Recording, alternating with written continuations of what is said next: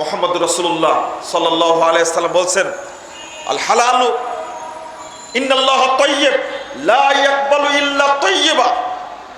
নিশ্চয় আল্লাহ পবিত্র, তিনি পবিত্র বস্তু ছাড়া কবুল করেন না। ইন্নাল্লাহা তাইয়্যিব, নিশ্চয় আল্লাহ পবিত্র, লা ইয়াকবালু ইল্লা তাইয়্যিবা, পবিত্র বস্তু ছাড়া তিনি কবুল করেন না। রাসূল সাল্লাল্লাহু আলাইহি ওয়াসাল্লাম বলতে গিয়ে উদাহরণ দিলেন, ফাদাকার রাজুল ইতুলি সফর আশরাস আকবার। হাদিসটা মূল্যায়ন করা শিখুন। দরিদ্র কাকে বলে? আপনি কোন শ্রেণীর দরিদ্র? আপনি এত দরিদ্র হননি যে হাদিসে যত দরিদ্রের কথা বলা হয়েছে। একজন ব্যক্তি সফর করতে করতে অনেক দূরে চলে গেছে, খাদ্য শেষ হয়ে গেছে, চুলগুলো এলোমেলো হয়ে গেছে, মুখটা ধুলায় মলিন হয়ে গেছে, আশরাস আকবারা। রাসূল সাল্লাল্লাহু আলাইহি ওয়াসাল্লাম বলছেন, ফামাত্তা ইয়াদাহি ইলা সামা, দুইখানা হাত আল্লাহর দিকে, আসমানের দিকে তুলে বলছে, ইয়া রব্বি ইয়া রব্বি, আল্লাহর কাছে চাচ্ছে, দোয়া করছে। রাসূল সাল্লাল্লাহু আলাইহি ওয়াসাল্লাম বলছেন, সাহাবীরা দেখো, মাতামুহু হারাম, এই ব্যক্তির খাদ্য হারাম, ওমালবাসু মাশরাবুহু হারাম, এই ব্যক্তির পানীয় হারাম, ওমালবাসু হারাম, এই ব্যক্তির পোশাক হারাম, ওগুদ্দিয়া বিল হারাম, পুরো দেহটাই হারাম দ্বারা জড়ানো। ফাআন্না ইস্তাজাবু যালিক, বলো তো দেখি এর দোয়া কবুল হবে কিনা? আল্লাহ রাসূল প্রশ্ন করছেন, কবুল হবে? হারাম যদি পোশাক থাকে, পোশাক যদি হারাম হয়, খাবার যদি হারাম হয়, যে টিউবওয়েলটা সাবমার্সিবল পুঁতেছেন আপনার বাড়িতে, এটা হলো সুদের টাকার, ঘুষের টাকা। কত দিক থেকে মানুষ যে সুদে হারামের সাথে জড়িত কল্পনা করা যায় না। ওই টিউবওয়েল থেকে পানি খাচ্ছে, কোশ্চিন কালেও ওই ব্যক্তির ইবাদত হবে না। আপনাকে কে বলেছে ব্যাংক থেকে লোন নিয়ে ব্যবসা করতে হবে? আপনাকে কে বলেছে ব্যাংক থেকে লোন নিয়ে বাড়ি করতে হবে? সুদের টাকা দিয়ে আপনি বাড়ি করলেন কেন? ওই বাড়িতে আপনি 50,000 বছর ইবাদত করেন, যদি একদিনের ইবাদত কবুল হয়, কোরআন সুন্নাহ মিথ্যা হয়ে যাবে। নাউজুবিল্লাহ। কোরআন সুন্নাহ মিথ্যা না, আপনাকে এটা বুঝতে হবে। হালাল টাকা দিয়ে সাধারণত বুনের বেড়া দিয়ে, উপরে টিন দিয়ে বা চাল সেখানে বসবাস করেন, তবু হালালের উপরে থেকে জান্নাত কেনার ব্যবস্থা করেন। এই অট্টালিকা তৈরি করে হারামের উপরে বসবাস করে জীবনটাকে ধ্বংস করার দরকার নাই। 100 নম্বর আয়াত সূরা মাইদার মধ্যে আসছে, রাসূল সাল্লাল্লাহু আল্লাহ রাব্বুল আলামিন বলেছেন, লা ইয়াস্তাবিল খাবিস ওয়াত তাইয়্যিব ওয়ালাউ আজাবাকা কাসরাতুল খাবিস। শোনো মুহাম্মদ, শুনে রাখো, পবিত্র আর অপবিত্র এক জিনিস না, হালাল এবং হারাম এক জিনিস না, পবিত্র আর অপবিত্র এক জিনিস না, হালাল হারাম এক জিনিস না। ওয়ালাউ আজাবাকা কাসরাতুল খাবিস, যদিও খাবিসের আধিক্য, হারামের আধিক্য, সবাই হারাম খাচ্ছে, সবাই সুদ খাচ্ছে, সবাই দুর্নীতি করছে, সবাই আত্মসাৎ করছে, সবাই নোংরা কাজের সাথে জড়িত, তাই বলে কি তুমিও তার সাথে জড়িত হবে? আল্লাহ বলছেন, ওয়ালাউ আজাবাকা কাসরাতুল খাবিস, যদিও কাসরাত অর্থাৎ হারামের আধিক্য অনেক বেড়ে যায়, তবুও মনে করো না হালাল এবং হারাম এক সমান। আল্লাহ রাব্বুল আলামিন বলে দিচ্ছেন, আপনার ভাই সুদ খাচ্ছে, হারাম ব্যবসা করছে, আপনার ভাই দুর্নীতির টাকা এনে বড় বড় বাড়ি করছে, ফ্ল্যাট কিনছে, দুর্নীতির টাকা দিয়ে ঢাকা শহরে 4টা-5টা ফ্ল্যাট কিনেছে, আপনার দেখে অন্তরটা জ্বলে যাচ্ছে, আমিও যদি পারতাম, আমিও করতে পারতাম, আমি একটু করি। আপনার ওয়াইফ বলছে, তোমার ভাই কি করছে আর তুমি কি করছো, ছোট্ট একটা বাড়ি করে সেখানে আছো, এইভাবে কি দিন চলে?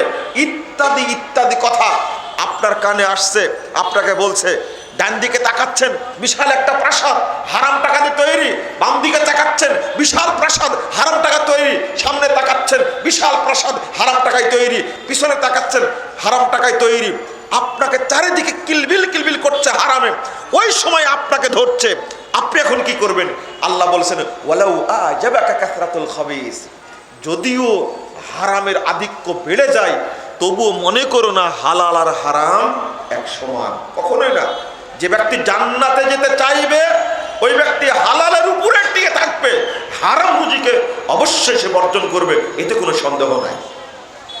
আবার কয়জন ব্যক্তি বাকি আছে ঢাকা শহরের, এই ঢাকা রাজধানীর কয়জন ব্যক্তি বাকি আছে আমি জানি না, কয়জন তরুণ ছেলে নেশা পান করে না, 100টা পরিবার যদি খোঁজা যায়, একটা পরিবার থেকে একটা সন্তান বের করা খুব মুশকিল যে এ কোনোদিন ধূমপান করেনি, এ কোনোদিন নেশা করেনি, একটা ছেলে পাওয়া খুব মুশকিল আমি মনে করি। 1000-এ যদি যায়, 1000-এ 5টা পাওয়া যাবে কিনা সন্দেহ আছে। কোন ছেলেটা ধূমপান করে না? কে মদ খায় না? আরে ধূমপান তো সহজ। এখন তো মদ খেয়ে জেনায় লিপ্ত হচ্ছে হোটেলগুলোতে। দেহ ব্যবসা ঢাকা শহরে না, বাংলাদেশের অন্য অন্য শহরে হোটেলগুলোতে যেভাবে দেহ ব্যবসা চলছে, ঢাকাতে তার চেয়ে বেশি চলছে। নাউজুবিল্লাহ, নাউজুবিল্লাহ। কিভাবে?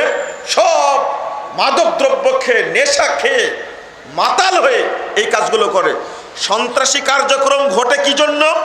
মাদক পান করার কারণে, মাদক দ্রব্য পান করার কারণে। এটা আমার বক্তব্য না। মুস্তাদে আহমদ 22128 নম্বর হাদিস খুলুন। রাসূল সাল্লাল্লাহু আলাইহি ওয়াসাল্লাম বলছেন, লা তাশরাবান্না খামরান। মুআয বিন জাবালকে বলছেন, তুমি কখনো মদ পান করো না। ফাইন্নাহু রাসু কুল্লি ফাহিশা। পৃথিবীতে যত নোংরা কর্মকাণ্ড ঘটে থাকে সব কিছুর মূল হলো মাদক দ্রব্য। কে বাকি আছে মাদক দ্রব্য থেকে? কি? আমি আগেই বললাম 50 বছর 40 বছর যাবৎ সালাত আদায় করছে, আজ পর্যন্ত সিগারেট ছাড়েনি। তবে এই জন্য প্রচলিত হুজুরও দোষী। এই কিছু এক শ্রেণীর হুজুর আছে, এই জর্দাখর হুজুরের কারণে বিড়ি আর সিগারেটের মতো হালকা হয়ে গেছে। এই জর্দাখর মৌলবি, এই জর্দাখররা দেশটাকে সেরে ফেললো একবারে। একটা ছেলে আগে শুরু করে বিড়ি দিয়ে, তারপরে ও ইয়াবা খায়, তারপরে মদ খায়, তারপরে গাঁজা খায়। এই বিড়ি খাওয়ার জন্য উৎসাহিত করেছে এই দেশের এক শ্রেণীর ভণ্ড হুজুরেরা। এতে কোনো সন্দেহ নাই, এরাই সমাজকে ধ্বংস করেছে। বইয়ের ফতোয়া দিচ্ছ তুমি হালকা করে, বিড়ি সিগারেট হারাম, এতে কোনো সন্দেহ নাই। কি দ্বারা তৈরি হয়? রাসূল সাল্লাল্লাহু আলাইহি ওয়াসাল্লাম বলছেন, মা আকতারা কাসিরুহু ফাকালিলুহু হারাম। যে জিনিসটা বেশি খেলে মাদকতা আসে, তার অল্প খাওয়াটাও হারাম। এই কথাটা বুঝা পরেও, এরপরেও জড়িত তার সাথে, নাউজুবিল্লাহ। এ তো শরমও নাই, লজ্জাও নাই, হায়াও নাই, চিন্তাও করে না। এটা কোন সন্তান খায় না? আজকে যত মদখোর তাড়িখোর আছে, এরাই বেশি সন্ত্রাসী কার্যক্রমের সাথে জড়িত। আপনারা জুলুমের বিষয় দিচ্ছেন। আপনারা জুলুম কারা করে? যাদের হিতাহিত জ্ঞান নাই তারাই জুলুম করে, তারাই জেনার সাথে লিপ্ত আছে, তারাই হারামের সাথে লিপ্ত আছে, তারাই সমাজের উপরে বসে নির্যাতন করে থাকে, নিরীহ মানুষের উপর নির্যাতন করছে, তারা জবরদখল করছে। কারা? জমি যারা আত্মসাৎ করছে, ওটা তো বলিনি, বললেই তো সমস্যা, দোষ ওইটাই। প্রশাসনকে লাগিয়ে দিয়ে কত বিভিন্ন গ্রুপ আছে না, পূর্বাচলে যান, সাইডে আরো অনেকগুলো সিটি আছে, বিভিন্ন সিটি তৈরি করেছে। দরিদ্র মানুষের জমি জবরদখল করে নিয়ে জমি শহর করছে আর বলছে টাকা দিয়ে কিনে নিয়েছি। দরিদ্র মানুষ অল্প জায়গা, ওইটা সামান্য কিছু টাকা দিয়ে নিয়ে নিয়েছে। প্রশাসনকে অভিযোগ করবে, প্রশাসনকে আগেই তো 2 কোটি টাকা দিয়ে রাখছে। থানার ওসি, পুলিশ তারা আগেই ঘুষ খেয়ে বসে আছে। ওসির কাছে গিয়ে বললে ওসি বলে যা দিচ্ছে তাই না, হলে এটাও পাবে না। আপনি যাবেন কোথায়? রাজনৈতিক লিডারের কাছে গেছে, যে বলছে আমার জমি নাই, এতটুকুই আছে, মাত্র এই কটা টাকা দিচ্ছে, ভাই তুমি ব্যবস্থা করো, তুমি তো এগুলো করতে পারো। বলছে বেশি কথা বলে না, যা দিচ্ছে তাই নাও, না হলে এটাও পাবা না। রাজনৈতিক ব্যক্তির কাছে যাচ্ছে একই অবস্থা, প্রশাসনের কাছে যাচ্ছে একই অবস্থা। রাজনৈতিক ব্যক্তি যে ও 5 কোটি টাকা খেয়ে রাখছে, প্রশাসন 2 কোটি টাকা খেয়ে রাখছে, এই জমি জায়গা যতগুলো আছে একটা মানে গ্রুপ সেটা দখল করে নিচ্ছে, দেদারছে, অস্ত্রে বলে, অস্ত্র দেখে দখল করে নিচ্ছে। এটা কি হারাম না? এটা কি হালাল? তোমার মাথায় টুপি কেন? তুমি গ্রুপের বড় মালিক দেখছি, তোমার মাথায় টুপি কেন? হজে যাও কেন? হিলটনে গিয়ে থাকো, মানুষের টাকা চুষে নেয়। দুর্নীতির বিরুদ্ধে আমরা কথা বলতে গেলে অনেক গ্রুপ আমাদেরকে অপছন্দ করে। অপছন্দ করার কিছু নেই। অপছন্দ আপনি করবেন কেন? এই হারাম ভক্ষণ করার কারণে জুলুমের খড়গ মানুষের উপরে তারা চাপিয়ে দিয়েছে, সর্বত্র চলছে এটা। একজন অফিসার পর্যন্ত, এত বেলাল্লা অফিসার হারাম খাওয়ার কারণে ওর কাজটা ছিল স্বাক্ষর করে ফিরিয়ে দেওয়া। ও স্বাক্ষর করছে না কেন? জুলুম করছে। ও বলছে আমার এটা সমস্যা, এমনকি এটা ডাক্তারদের মধ্যে ছড়িয়ে গেছে, ইঞ্জিনিয়ারের মধ্যেও ছড়িয়ে গেছে। কার কথা বলবো? পুরো দেশটা